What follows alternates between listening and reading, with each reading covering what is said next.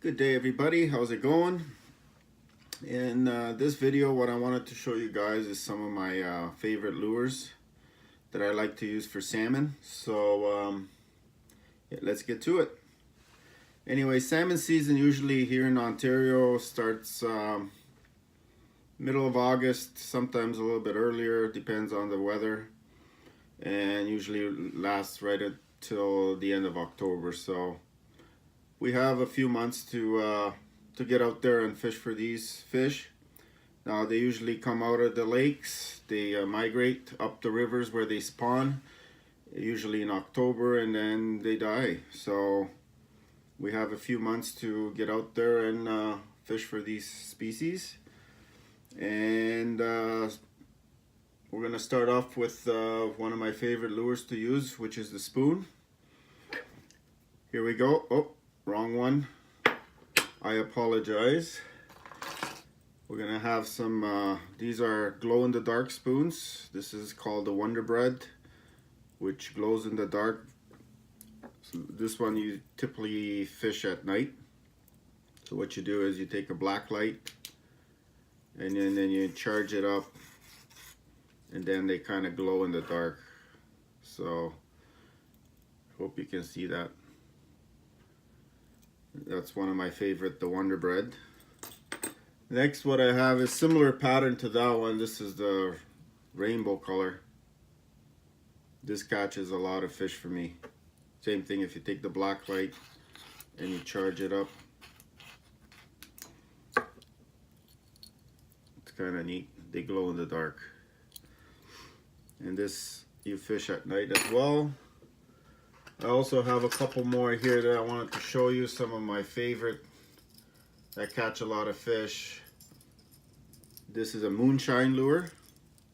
This is called the Bloody Nose. I also have, this is the Wonder Bread color. It's a teardrop. It's a pretty heavy spoon. And this is probably my favorite. This is what I'll usually start off with. It's called the Angry Toad. It's like a frog pattern.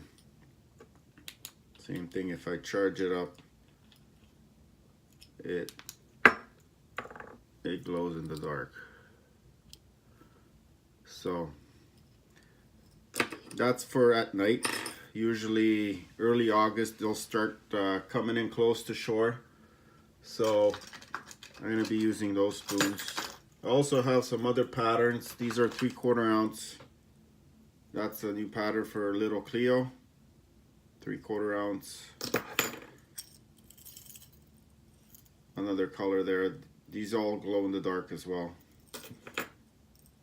And this is a moonshine, a little bigger spoon. This catches a lot of fish as well. I don't know if you can see. They glow in the dark. So this is what I typically use at night. Then in the daytime, when they start coming in later, I'll use another Cleo. This is not a glow in the dark. It's a half and half Cleo. I added this tail at the end. It seems to catch a lot more fish. So that's my spoon collection. And then number two, once they start coming in closer to shore within 10 to 20 feet of water, then I'll start using some crankbaits. Now, my favorite crankbait to use is this guy here. This is a J13, 13 centimeters. That's what the number stands for. It's a Fire Tiger. This works really good for the salmon. It's got a moderate lip. It's probably dives anywhere from 5 to 6 feet. This is a really good lure to use. Now I do have other patterns, other colors. This is a perch color in the J13 Rapala.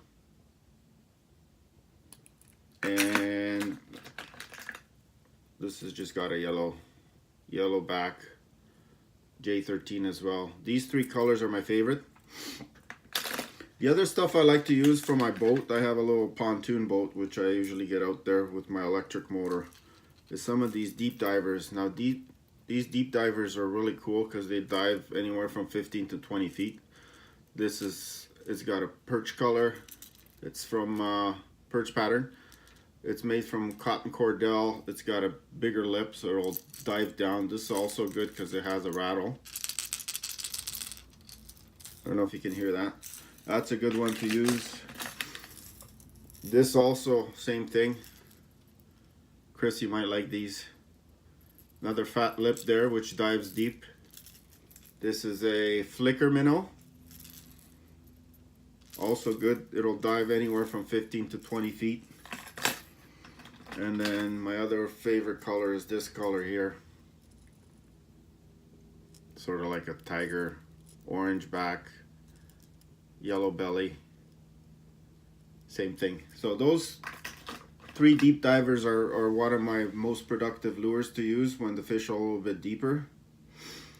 Okay, and then the other stuff I use, once they come in a little bit closer, I'll start using some of these shallow runners.